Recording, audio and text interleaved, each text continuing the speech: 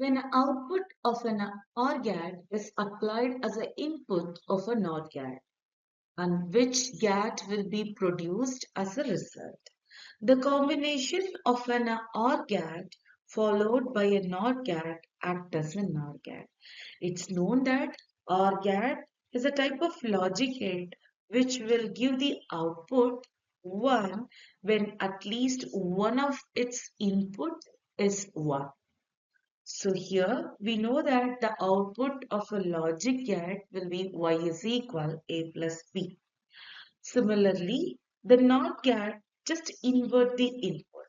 If the OR gate's output is passed through a NOT gate, the result is 0, which means it will give a value of 1. So here we can say the combination of OR and NOT will give us a result of NOR gate.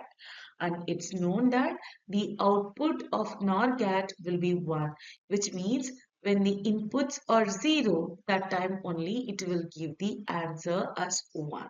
So the correct answer for this question is option B here.